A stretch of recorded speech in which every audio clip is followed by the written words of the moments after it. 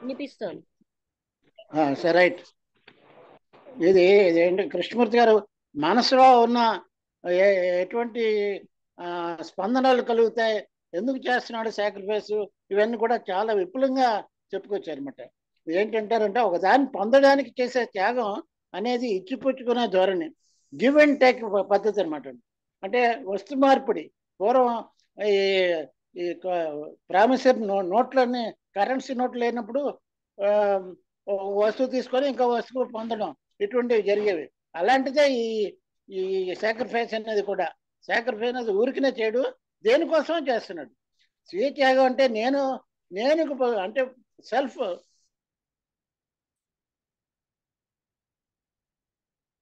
బాబాజీ గారు వినపట్టంలే.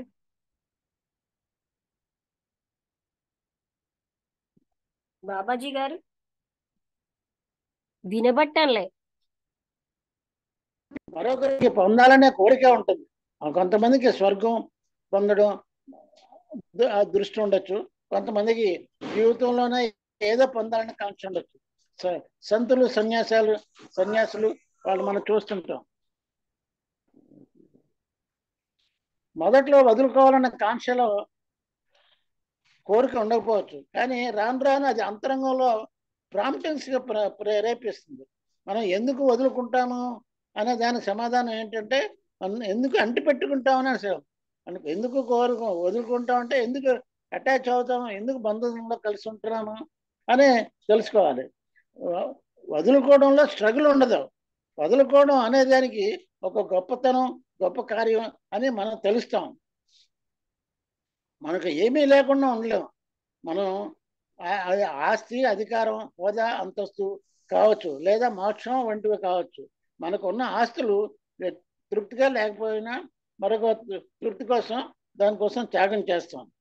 వచ్చిన వ్యక్తి ఇది రియలైజ్ చేసి ఎలా ఏమీ లేకుండా ఉండడాన్ని ప్రేమించడమే కదా, కానీ అలా ఉండడం ఎలాగా, ఉండాలంటే భయం కదా అని ఆయన డౌట్ ఎక్స్ప్రెస్ చేశారు.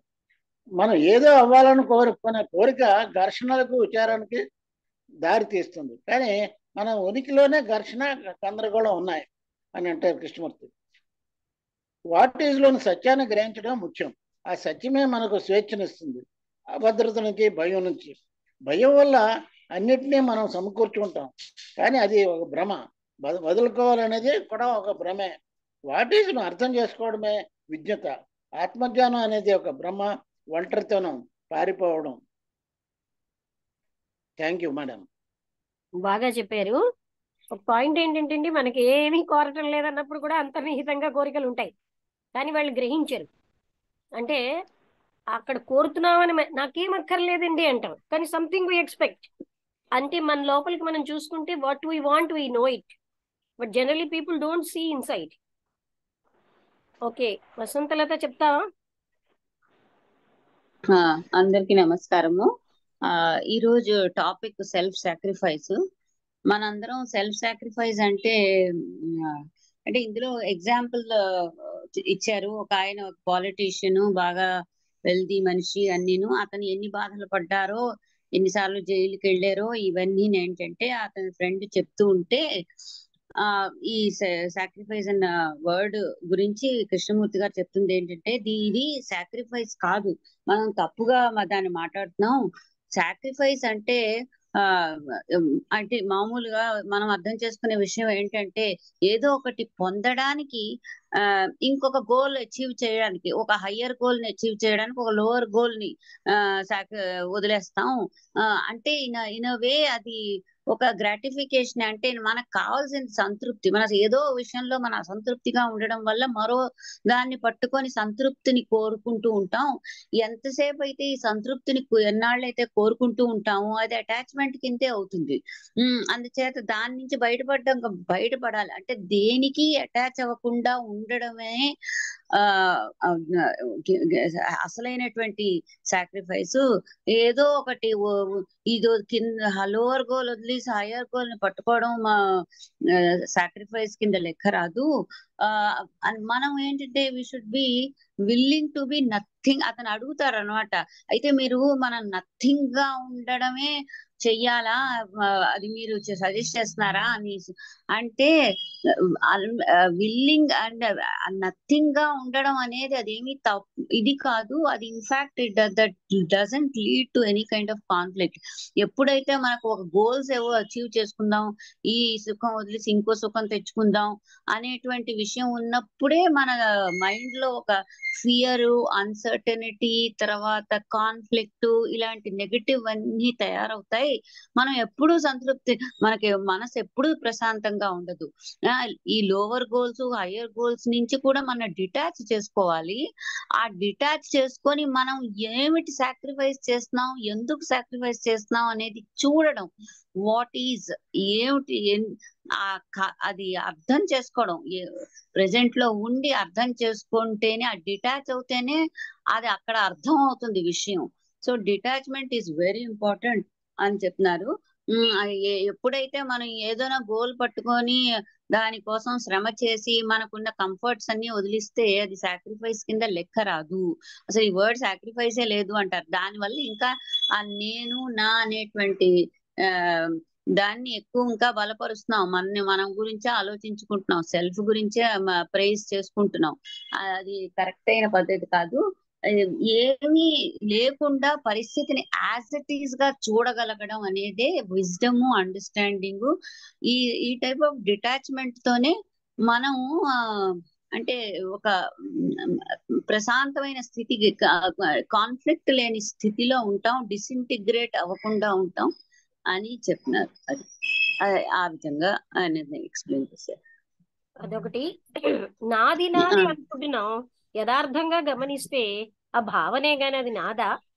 మనకేమో మోటివేటింగ్ ఎనర్జీ అక్కడి నుంచి వస్తుంది, మస్కులర్ ఎనర్జీ, ఎవ్రీథింగ్ మనంతటా మనం ఏమి తెచ్చుకోలేం. Everything we feel it is mind. ఈ డబ్బు నాది, ఈ వస్తువు నాది. అది that is an illusion, but we are accustomed for the illusion. అందుకోసం నాది పోగొట్టుకో, నేను నాది అయితే కదా నేను ఇవ్వడానికి, నాది అని గట్టిగా పెట్టేసుకుంటున్నాం. సో మనం ఏంటంటే త్యాగం చేసాను, నాది అని ఉంటే కదా త్యాగం అన్న పాయింట్ అసలు. అంటే యాక్చువల్లీ పొజిషనే ఒక ఇగ్నోరెన్స్, ఇల్యూషన్, అటాచ్మెంట్. అదేంటో అది ఇప్పుడు మనం చాలా మంది ఫ్రీడమ్ స్ట్రగుల్ కోసం, ఒక కాజ్ కోసం, అంటే మెటీరియలిస్టిక్ థింగ్స్ కాదు, ఈవెన్ ఐడియాస్ కోసం కూడా ఫైట్ చేయడము, వాటిని పొందడం అనేది. ఇప్పుడు చాలా మంది కమ్యూనిస్టులు వీళ్ళవు, మన ఫ్రీడమ్ ఫైటర్స్ ఏదో పెద్ద గోల్స్ అచీవ్ చేద్దామని వాటి కోసం ఫైట్ చేద్దాం అనేటువంటి దాన్ని సాక్రిఫైస్ కింద వర్ణిస్తారు. కానీ మనం చేస్తుంది ఏంటంటే ఒక స్టేట్ నుంచి మరో, ఒక పరిస్థితి నుంచి ఒక ఇంకేదో స్థితిలోకి వెళ్ళడం చేసుకుంటున్నాం. అంటే కానీ అది లైఫ్ అంతా గమనిస్తేనండి సూక్ష్మతరంగా రియల్ సాక్రిఫైస్ లేదు ఎక్కడ. We have been expecting something and we are giving. మన పూజలు, నోములు ఇవన్నీ కూడా అదే ఆయన ఇందాక చెప్పినట్టు స్వర్గంలో సుఖాలకి. పుణ్యం అంటే ఏమిటండి? స్వర్గ సుఖమే కదా. ఎక్స్పెక్టింగ్ నథింగ్ ఈజ్, ఎవరైనా ఎక్స్పెక్టింగ్ నథింగ్ అంటే ఏ పూజ అయినా చేస్తున్నారా? అవన్నీ సెల్ఫ్ సెంటర్డ్ యాక్టివిటీస్ అని ఆ కృష్ణమూర్తి గారు అండంలో ఎంత మీనింగ్ఫుల్ గా చెప్పారు. Expecting something we do some puja or any nomu or vratam. అదే కాకుండా అదర్ వర్క్స్ అయినా నేను ఇదంతా ఇచ్చేసిన అంటే gaining, expecting some other gain, ఇంకొక హయ్యర్ గెయిన్ ఆశిస్తున్నాం అని మనకి, అది మనం అందరం గ్రహించాలి. మన నిత్య జీవితంలో మనం ఏంటంటే గట్టిగా వాదించేస్తాం, నాకేం లేదండి అని గట్టి గట్టి టోన్తో చెప్తాం. But we never look inside. That is one of the very essential thing in our life. Okay, Rambudri గారు చెప్తారా?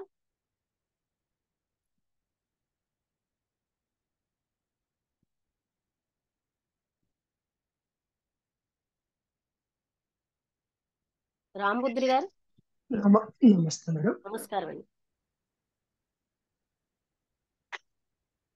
అదే మేడం, అంటే త్యాగం గురించి చెప్తున్నారు.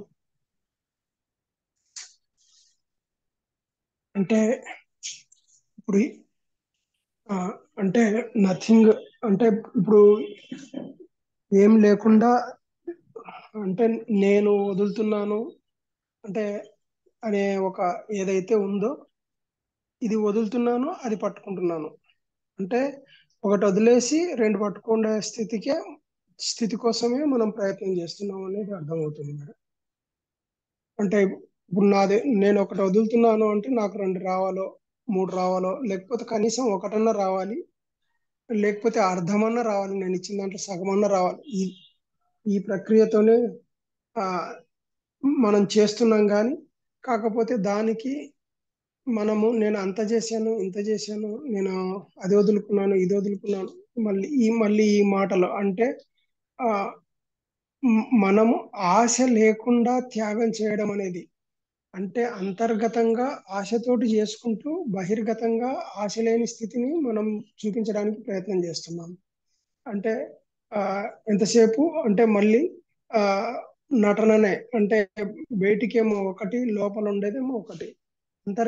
అంటే కొంతమందికి మనం అది గుర్తించలేని స్థితి కూడా అనిపిస్తుంది. ఎందుకంటే ఆ, నేను ఇస్తూనే ఉన్నాను కదా, నేను ఎక్కడ ఆశపడుతున్నాను అంటే ఆ అది అది మనకు తెలియకుండానే అంతర్గతంగా లోపల ఉంటుంది ఆశ అనేది. ఎలాగంటే ఎప్పుడైనా ఏదైనా ఒక క్లిష్ట పరిస్థితి వచ్చినప్పుడు నేను ఇంత చేశానే, ఏంది ఇలా అయిపోయింది అని అంట. అనే అదే అదే దాంట్లోనే తెలిసిపోతుంది మనకు. నేను ఇంత చేశానే, నాకెందుకు ఇలా అయింది అనడంలోనే తెలిసిపోతుంది. అంటే నేను నేను చే- నేను ఒకప్పుడు చేశాను, నాకు ఇప్పుడు ఎందుకు, నేను ఇంత పరిస్థితిలో ఉన్నప్పుడు నాకు రావట్లేదు అనే ఆశతోటే అది అలాగా. అంటే మనకు తెలియకుండానే మన అంతర్గతంగా ఉంటుంది. కానీ మళ్ళీ ఆ స్థితి రాకున్నంత వరకు కూడా మళ్ళీ మనం ఏదో త్యాగం చేసినట్టే చెప్తా ఉంటాం. ఆ స్థితి వచ్చినప్పుడు మాత్రం చూస్తే మనం మళ్ళీ పడే పరిస్థితే ఉంది. అంటే ఎట్టి పరిస్థితుల్లో మనకు తెలియకుండానే మన సూక్ష్మ స్థితిలో మనము ఆశతోటి ఉన్నాము. ఆ ఆ, ఒక ఒక విధమైన అంటే లాభం కోసమే ప్రయత్నం చేస్తున్నాం అనేది తెలుస్తుంది మేడం.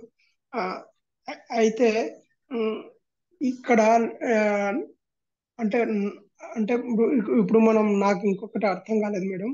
ఇప్పుడు ఆ, అంటే ఇప్పుడు మనం దేన్ని ఇచ్చినా దేన్ని పొందినా అంటే నథింగ్ గా ఉండడం అంటే నాకు అర్థం కాలేదు మేడం. కొద్దిగా చెప్తారా మేడం ఏ- ఏమన్నా? ఏంటండి? ఏంటి అర్థం అంటే కాదు? ఇప్పుడు అంటే త్యాగం అనేది మనం ఏం చేస్తున్నాము, మనం ఎక్కడి నుంచి తీసుకుంటున్నాము ఏందని అని చెప్తున్నారు. అది అంటే ఇప్పుడు మన దగ్గర ఉన్నది ఏదైనా కానీ కొంచెం ఇస్తాం కదా మేడం. ఇచ్చినప్పుడు ఆ ఇప్పుడు నేను ఉదాహరణ చెప్తానండి. అంటే ఉదాహరణగా చూడండి. ఉమ్, ఇప్పుడు ఉమ్, ఆడవాళ్ళు నోము చేస్తారండి. అందరికీ ఏంటంటే ఇన్ని పళ్ళు ఏవో ఇస్తారు, ఎక్స్పెక్టింగ్ ఉమ్, స్వర్గ సుఖాలు. అవునా? ఉమ్. ఇన్నర్ అవును మేడం. ఎక్స్పెక్టేషన్ అక్కడ ఏంటి? పుణ్యం అంటారు. పుణ్యం అంటే ఏంటి? ఇక్కడ సుఖం చాలదు కనుక స్వర్గంలో సుఖం కావాలి చనిపోయాక. ఏ? ఉమ్, అలాంటి ఉమ్. ఎక్స్పెక్టేషన్ ఉంది కదా. పుట్టిన ఎవరైనా ఇస్తున్నారా? అయ్యో వాళ్ళు ఆకలితో ఇవ్వడం లేదు ఉన్నారు, మేడం. మనం నా 10 పళ్ళు ఉంటే ఓ 2 ఇచ్చేద్దామని ఏమి ఇస్తున్నారా? లేకపోతే అంటే అది ఆ నోముల్లో జరిగేది అలాగే. అదర్వైజ్ ఇంకా ఎవరినో మన ఫ్రెండ్ ని పిలుస్తాం, అబ్బా బాస్ ఇంటికి ఉమ్, వచ్చాడంటే ఎంత బాగా చూసిస్తాము. అతను ఎస్సీ క్యాస్ట్ వాడైనా అంతకుముందు ఎస్సీ క్యాస్ట్ పని మనిషికి ఏమో ఒక చిన్న గిన్నె పెడతాం. ఎందుకంటే ఆ గిన్నెలో ఉమ్. అది మనం ఇంటికి తేం. కానీ ఎస్సీ క్యాస్ట్ బాస్ని మాత్రం మన పక్కనే కూర్చోబెట్టుకుని మనం తిన్న పళ్ళాలను పెట్టేస్తాం. అంటే ఇదంతా ఎక్స్పెక్టింగ్ సంథింగ్ ఏనా కదా? కరెక్టే మేడం. ఉమ్.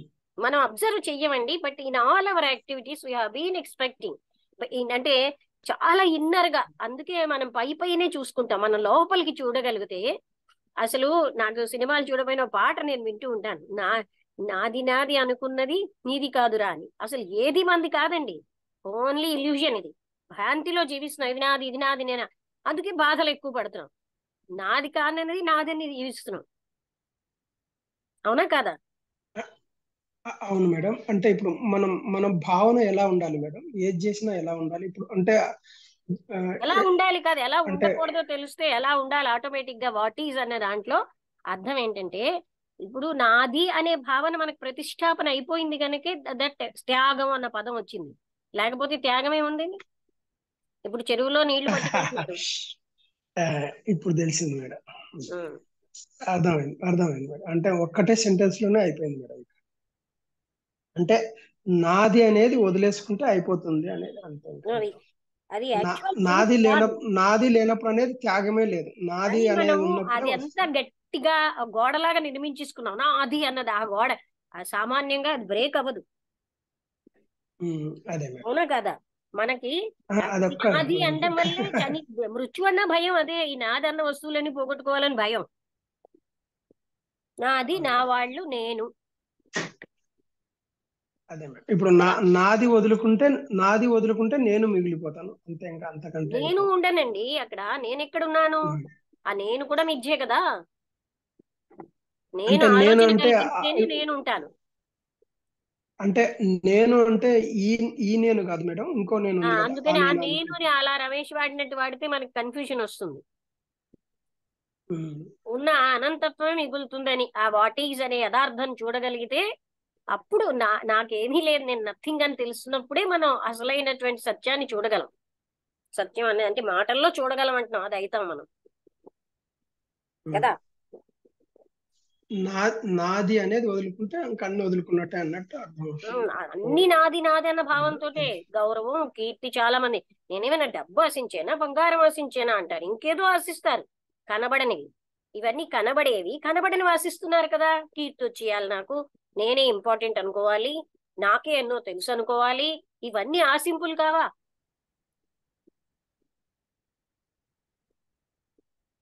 మేడం వాయిస్ రావట్లేదు మేడం, ఎందుకు మీ మీకేనేమో వాయిస్ అందరికీ రావట్లేదు. వస్తుంది కదా. అందరికీ వస్తుందా? ఎవరైనా అన్మ్యూట్ చేసుకుని చెప్పండి, మిగతా వాళ్ళకి వినిపిస్తుందా? అందరికి వినిపిస్తుంది మ్యామ్, అందరికి అంటే వినిపిస్తుంది. రాంబుద్రి గారు అప్పుడప్పుడు మీ ఫోన్ కి ప్రాబ్లం వస్తుంది, హలో, మీకు వినబట్టంలే. సరే మీరు మాట్లాడండి. ఓకే, రాంబుద్రి గారు మీ మాట, మా మాట మీకు వినబట్టం లేదు. దీనివల్ల ఏంటవుతుందంటేనండి, మనం ఎంత దుఃఖాన్ని తెచ్చిపెట్టుకుంటున్నామో, అన్ని నావి నావి అనుకున్నాం, దానివల్లే దుఃఖం అంతాను. పైకి కావాలంటే నావి కావని పైకి అంటూ ఉంటాం, లోపల నావి అని పెట్టుకుంటాం, అందుకే మనం బాధలు పడుతున్నాం. అందుకే ఈ సాక్రిఫైస్ అన్న పదం అందుకే వచ్చింది. భార్గవి గారు, అనుపమ గారు, మీకు ఏమైనా డౌట్స్ ఉన్నాయా?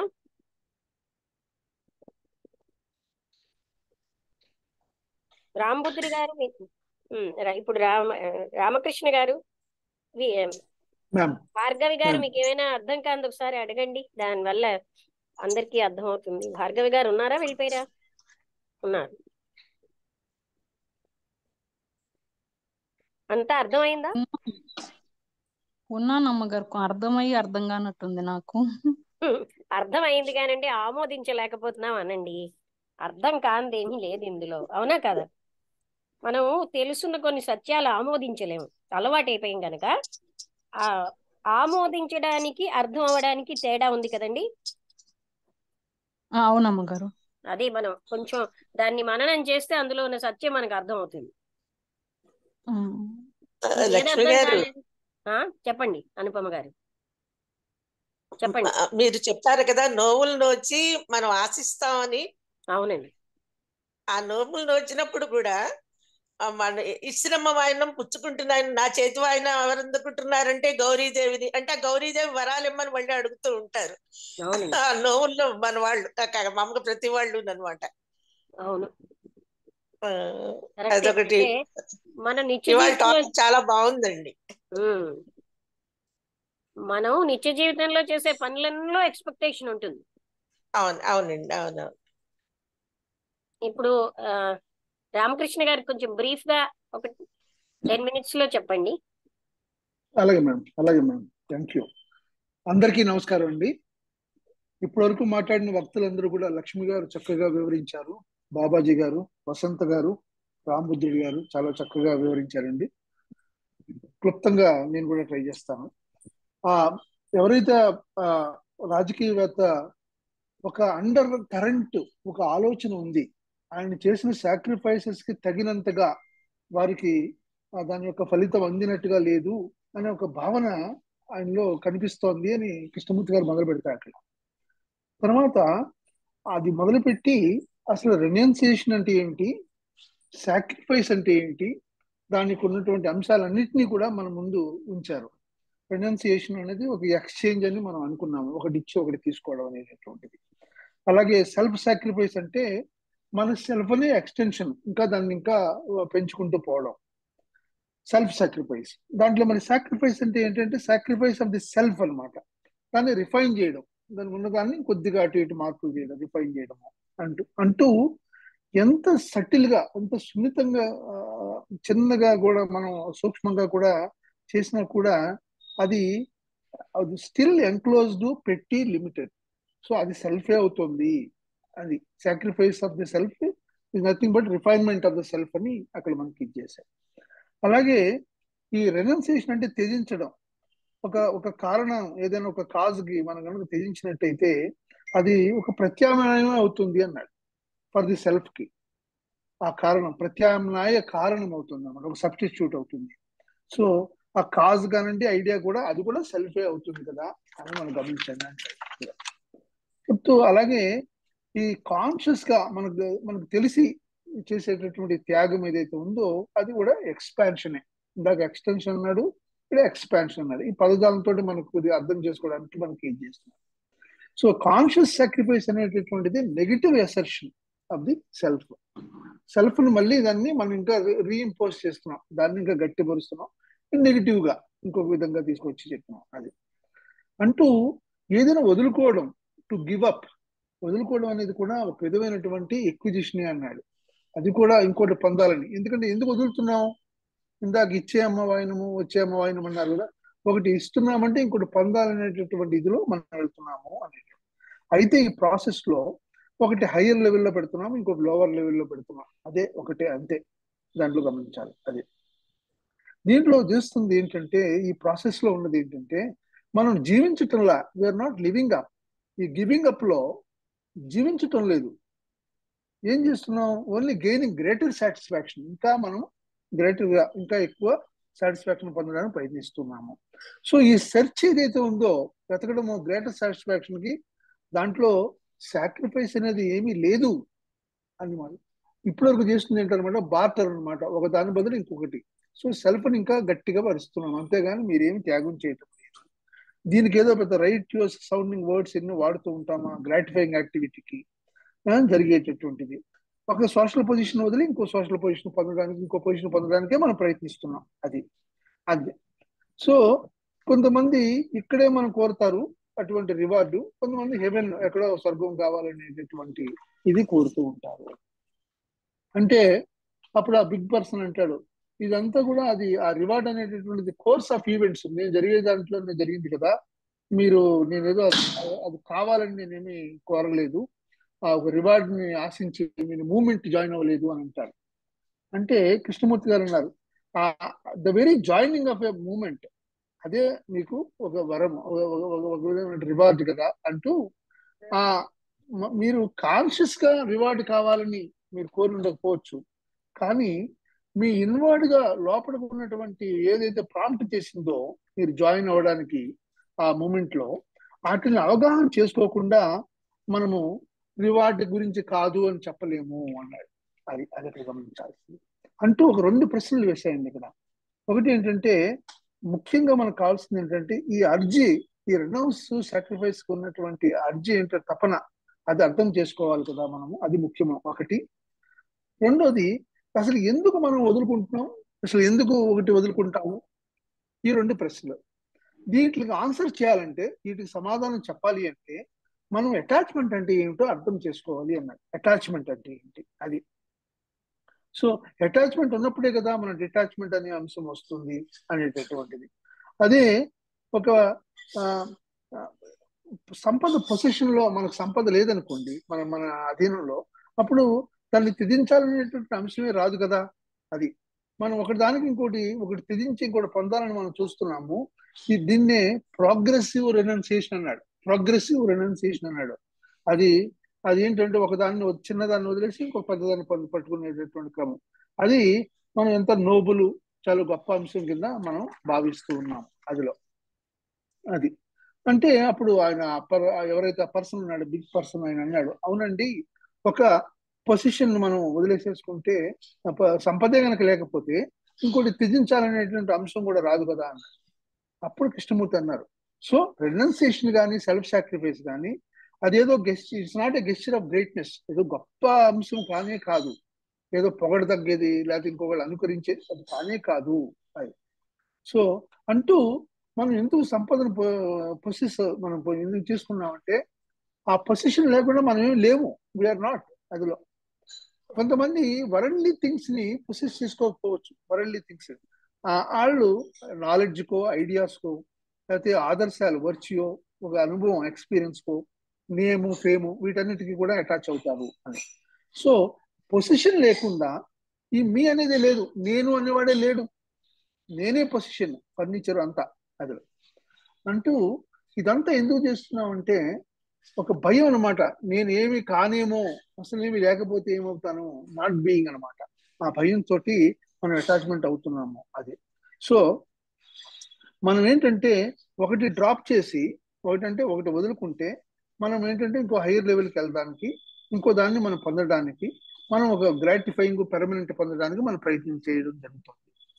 అసలు ఈ అభద్రత, ఈ భయం ఏంటంటే ఈ భయం అనే అభద్రత, దీని వలనే మన అటాచ్మెంట్ కానీ ఈ పొజిషన్ కానీ చేస్తూ ఉన్నాం. అది మనం గమనించాల్సింది. అది ఒకవేళ ఈ పొజిషనే కనుక సంతృప్తికరంగా లేదనుకోండి, బాధాకరంగా ఉందనుకోండి, అప్పుడు ఏం చేస్తున్నాం, దీని నుంచి వదిలేసుకుని ఇంకా మోర్ ప్లెజరబుల్ గా ఆనందదాయకమైన అటాచ్మెంట్ కి మనం వెళ్తున్నాం. ఇది జరుగుతున్నటువంటిది.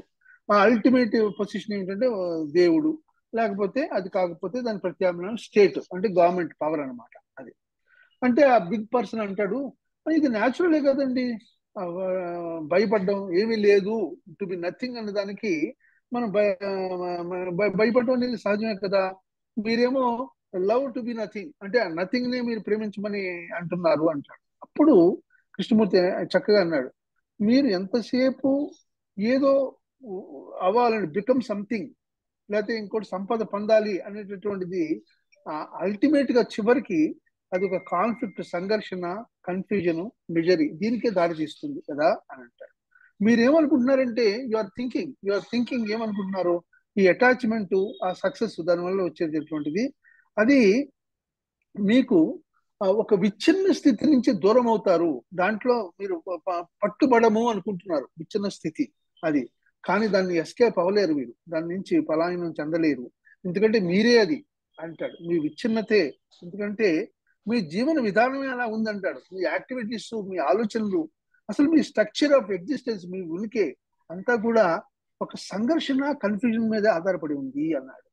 అంచేత మీరు ఆన్ ద ప్రాసెస్ ఆఫ్ డిజింటెగ్రేషన్, మీరు విచ్ఛిన్న స్థితి ప్రాసెస్ లోనే ఉన్నారు అది అంటూ ఎంతకాలము మీరు ఈ నథింగ్ ని అంగీకరించకపోయినంత సేపు, ఎందుకంటే యాక్చువల్లీ నథింగ్ అన్నదే మీరు, ఇన్ఫాక్ట్ యు ఆర్ అన్నాడు. అది తప్పకుండా మీరు అల్టిమేట్ గా యూ మస్ట్ ఇన్ఎవిటబుల్ బ్రీడ్ సారో దుఃఖము, యాంటోగనిజం, ఎనిమిటీ, దానికే మీరు దారి తీస్తుంది చివరికి అని అన్నాడు. So willingness to be nothing అంటే ఏంటి, అంగీకరించడం, నేను నథింగ్ అనేటటువంటి విషయాన్ని అంగీకరించడం అనేది అదేదో పెద్ద రెనౌన్సియేషన్ కాదు, లేకపోతే ఇంకొక ఎన్ఫోర్స్మెంట్ అటువంటిది ఏం కాదు. Seeing the truth of what is, అది ఉన్న అంశాన్ని చూడడము, ఏదైతే ఉన్నదో అదే చూడడము అది అంటూ seeing the truth of what is, చూడడం అనేటటువంటిది ఉన్న ట్రూత్ ని చూడడం, వాట్ ఈస్ ని, అదే మనకి స్వేచ్ఛను తీసుకొస్తుంది. దేని నుంచి, ఈ అభద్రతా భావం వల్ల భయం ఉంది చూసారా, దాని నుంచి మనకు స్వేచ్ఛ వస్తుంది. అందులో ఆ ఫీర్ ఎటువంటిది, ఆ ఫీరే మనకి అటాచ్మెంట్ కి తర్వాత మళ్ళీ అల్టిమేట్ గా ఒక భ్రమ, డిటాచ్మెంట్ దారి తీసేటటువంటి భయం. ఆ భయము ఉన్నటువంటి అభద్రత ఏదైతే ఉందో దాని నుంచి స్వేచ్ఛ తీసుకొచ్చేది ఈ ట్రూత్ ని చూడడంలోనే, seeing the truth of what is అంతే, అంతేగాని రెనౌన్సియేషన్ అన్ని కానే కాదు.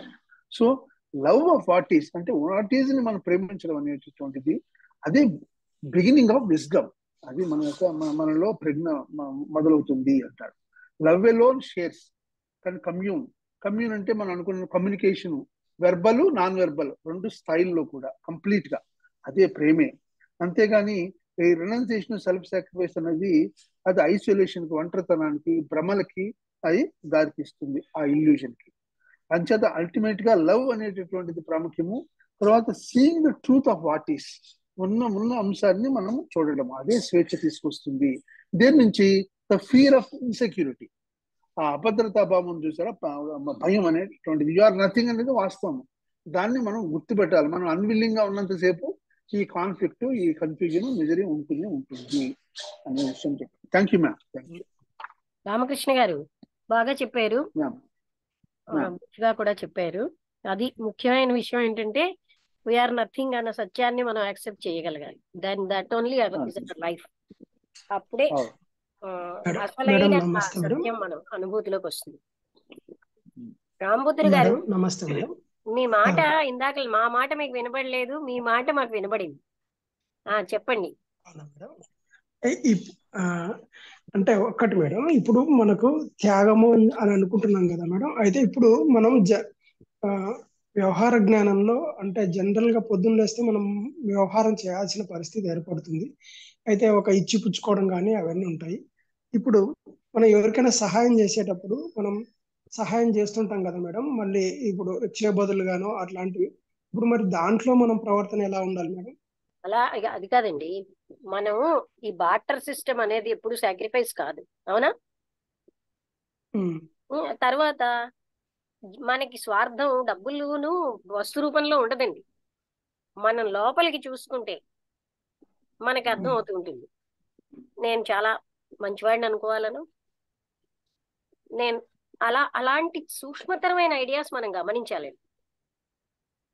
అది గమనిస్తాం మేడం. ఇప్పుడు జనరల్ గా మనకు ఒక వ్యక్తి, ఒక ఫ్రెండ్ ఉన్నారు అనుకోండి మేడం, ఆయనకు సహాయం చేయాల్సిన పరిస్థితి ఏర్పడుతుంది.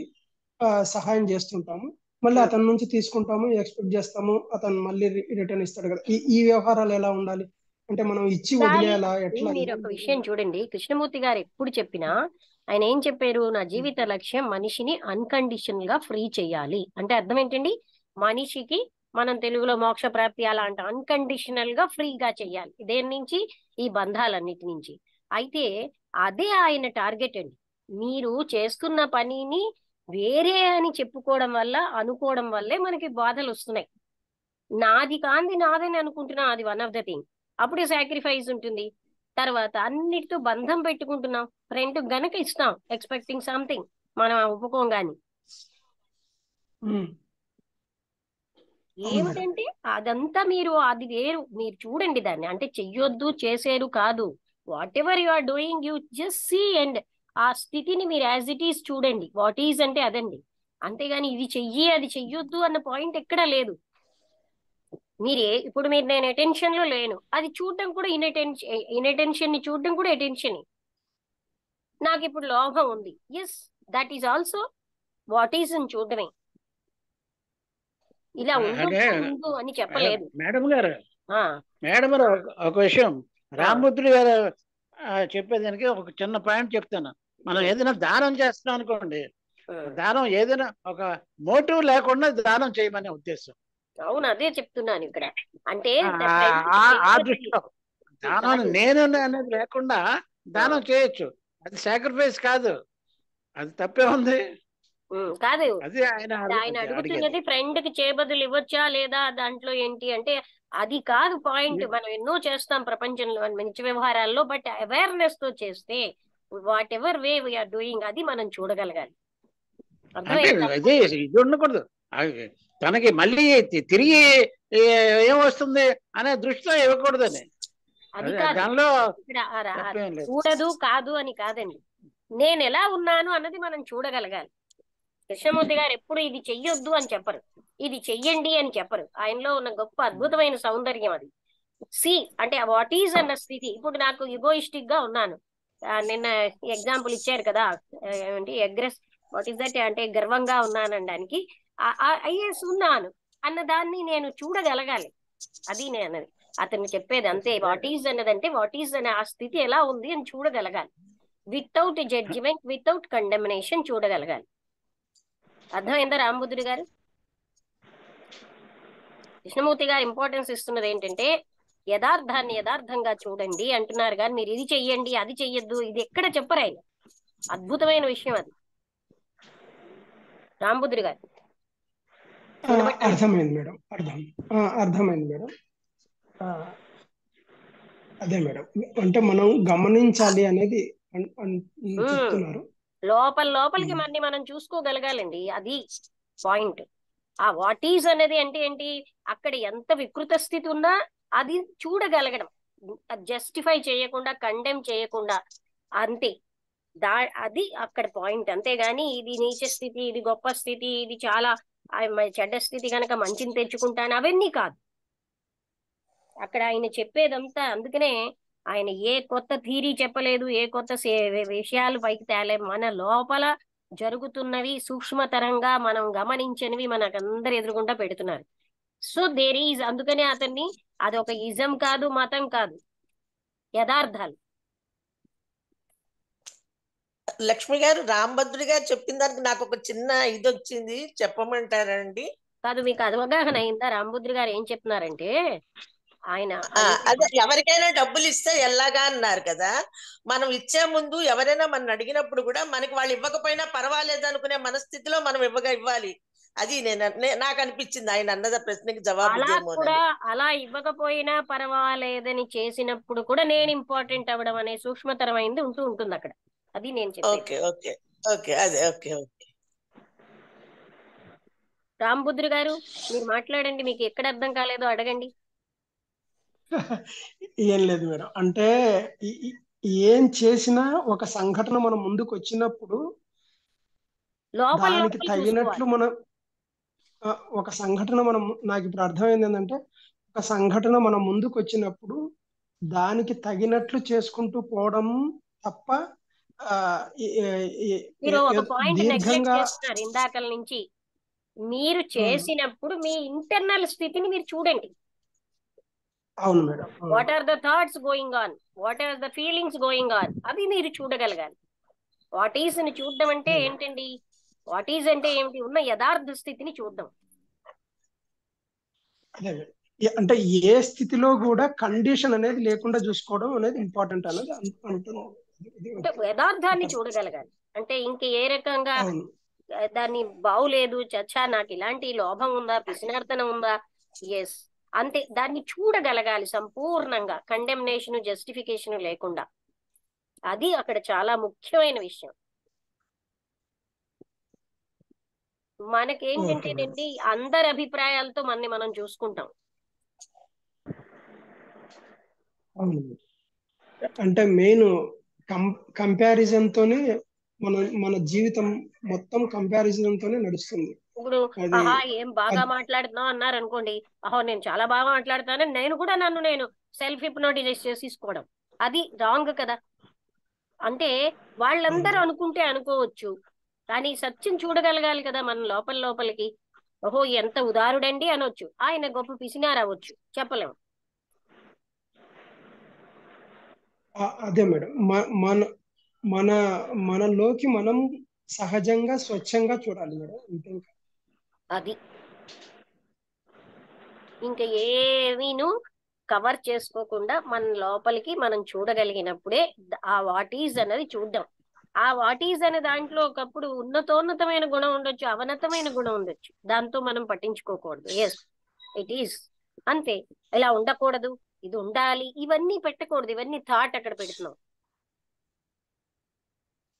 ఇది పెట్టుకున్నప్పుడు ఇది ఇది ఇది ఉండకూడదు, ఇది ఉండాలి అని పెట్టుకున్నప్పుడు మళ్ళీ 99 యాడ్ అవుతాయి, 99 మైనస్. యథార్థాన్ని దానివల్ల ఇక్కడ చూడండి, అతను ఎక్కడికి తీసుకెళ్తున్నారు. మీరు వాట్ ఈజ్ అనే యథార్థాన్ని చూడగలిగినప్పుడే ఆ పరమ సత్యం ఏదైతే మనకి పొందవలసిన అనంతత్వం, అది వెంటనే అక్కడ ఉంటుంది. ఆ యథార్థాన్ని కవర్ చేసుకున్నంతసేపు అనంతత్వం అక్కడ ఉండదు. కరెక్ట్ మేడం, అవును మేడం. అంటే కొన్ని సూక్ష్మ స్థితులు ఇప్పటికిప్పుడు జవాబు దొరకదు మేడం, అది లాంగ్ టైం లోనే దొరుకుతుంది.